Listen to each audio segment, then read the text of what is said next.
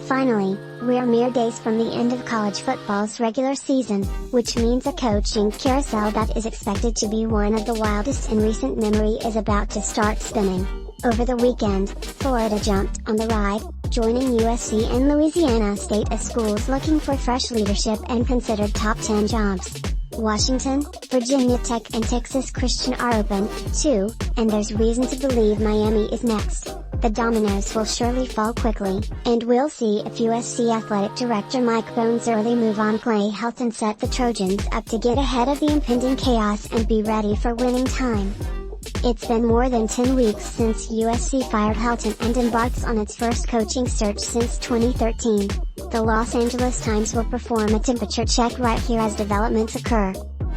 This fourth heat check is informed more by our own reporting and intuition about the search's direction than previous installments, and, just as in Heritage Hall, our list has narrowed at the top with the dynamics around each coach becoming more crystallized. Moving up, Aranda Baylor head coach. In late October, the heat check registered what was then a bold reading when I placed Aranda as the most likely next leader of the Trojans. This may not be a projected winner that excites the average USC fan, and if you're disappointed Aranda is here instead of James Franklin, Luke Fickell or Matt Campbell, treat this as just that, a projection, I wrote.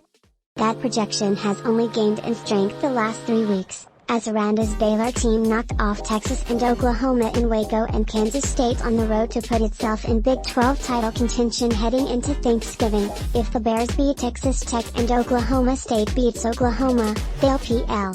With Aranda and USC, warm has now boiled into hot, but the Trojans would almost certainly not be able to finalize his hiring until Baylor is out of the Big 12 championship race. It should take more than one good season to become USC's head coach, but Aranda's impressive track record as a defensive coordinator at Wisconsin and LSU deserves weight too.